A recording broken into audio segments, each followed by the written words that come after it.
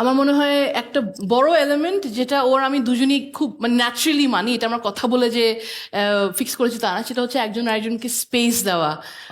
এটা খুবই important, space দেওয়াটা। কারণ একসাথে হওয়া মানি হচ্ছে সবসময় একসাথে থাকতে হবে, সব কাজ করতে হবে একসাথে, তা কিন্তু না। সবারই কিন্তু একটা ইন্ডিভিজুয়ালিটি থাকে, সবারই কিন্তু একটা নিজস্ব কিছু আইডেন্টিটি থাকে।